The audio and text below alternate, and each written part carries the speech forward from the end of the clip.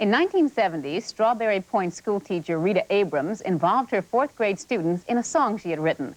The song became a top 40 sensation, and our cameraman Willie Key turned it into one of the very first music videos.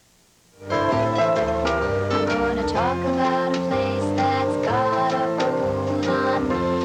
Hill Valley, a little place where life feels very fine and free. Hill Valley, where people aren't afraid to smile and stop and talk with you a while, and you can be as friendly as you want to be.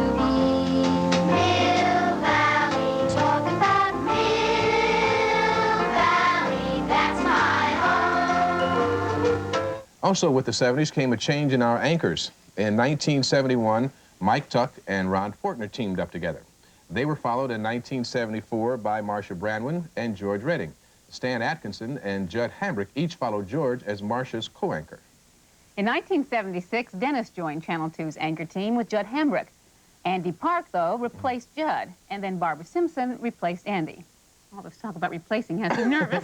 Don't worry about it. The best change came, though, as far as I'm concerned. Although everyone else was very professional, of course, the best change came just a couple years ago in '86 when you joined us. Well, thank you very much. I think that's My without blushing? saying, that's right, yeah. The country, though, experienced changes. The war in Vietnam was finally over, but its effect would last well into the '80s.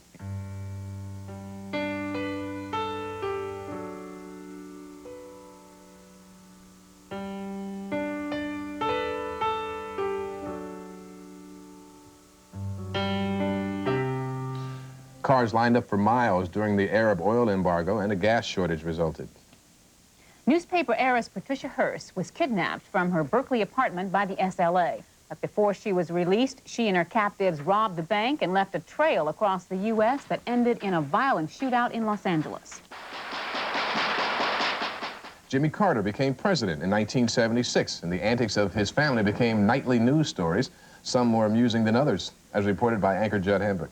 Billy Carter, the president's colorful younger brother, has gone on a diet and lost more than 15 pounds, and that's good. His secret, though, he stopped eating. He drinks nothing but beer.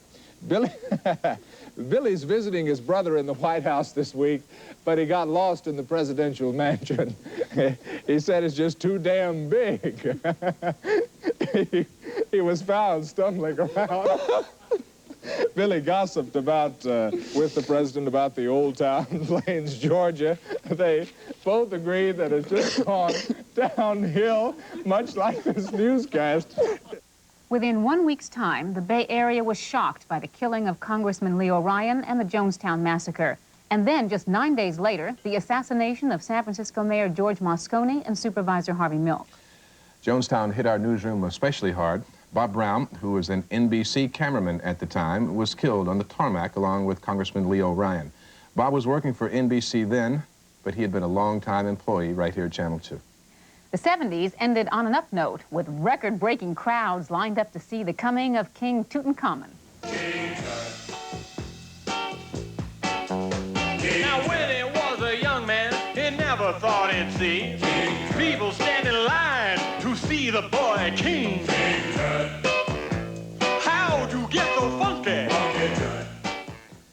The 80s have been marked by contrasts. Ronald Reagan became the first movie actor to become president. 6 years later, Clint Eastwood made everyone's day when he was voted mayor of Carmel.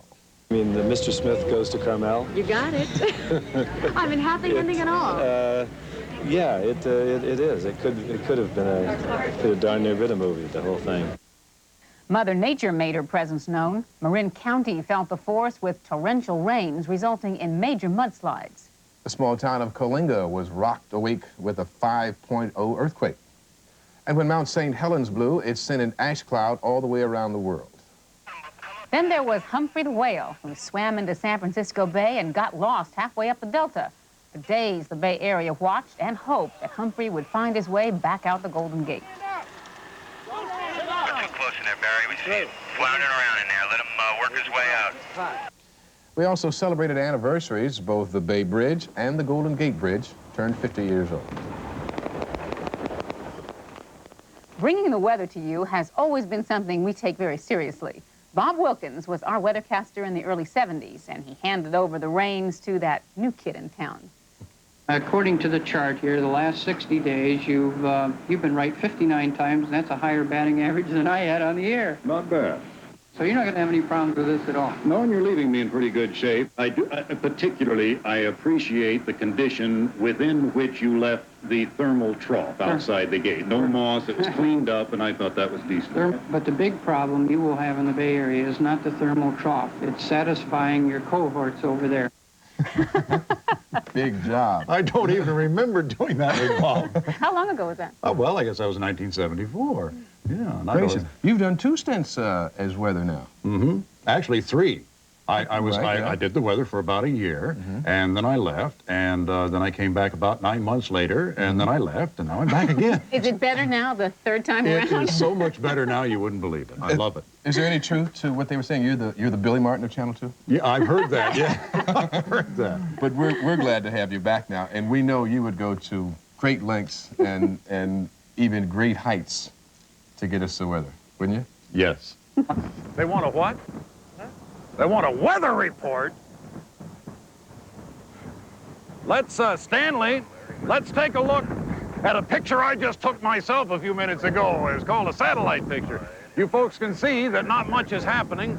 Action to the north of us, that stream of moisture coming in from the south, from the remnants of Madeline, and we're looking pretty good, at least, well, today. There's an overcast right now over the Bay Bridge, but looks like a shaft of sunlight is trying to come through. I don't believe doing a weather report up here. I don't believe it. You look terrified. I was scared to death. How did they actually get you to get up there? Are you kidding me? Don McQuaig says, hey, you want to go up on the Bay Bridge, Pat? And I say, sure. Sure, sounds like a lot of fun. Don McQuaig has gotten a lot of us into difficulties like that. Yeah. Yes, he has. Well, he's an excellent camera person, though, but he's... one of the best. One of the best, yeah. But a real, what's his name, Indiana Jones is what he is. Well, right. you know, Dennis has also gone to great heights to bring in the story. Now, you take this series on the world's most dangerous sports. Now there's very little left to do that would get me out of this situation. And if you're wondering, yes, I am scared. But my canopy opened okay, but the suspension lines were twisted. That corrected itself quickly. Now all I had to do was follow the direction of Perry's arrows. Dennis's eyesight, though, was very bad. Tell him I can't see the arrow.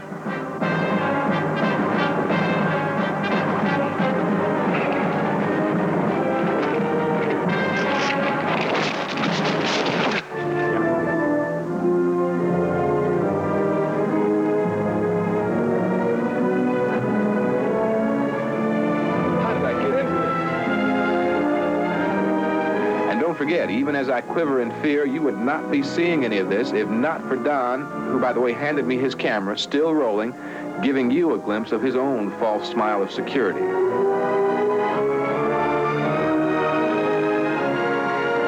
Finally, the summit.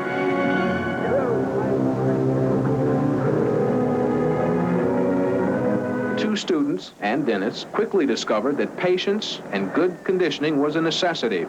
That's because this process was repeated time. Run, run, run, run. Ease it out. Now pull it in a little bit.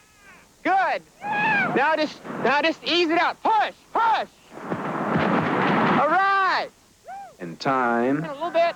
All right. Woo. All right. And time again. Pull it in a little bit. Now push, push. Okay. Until finally we got it right.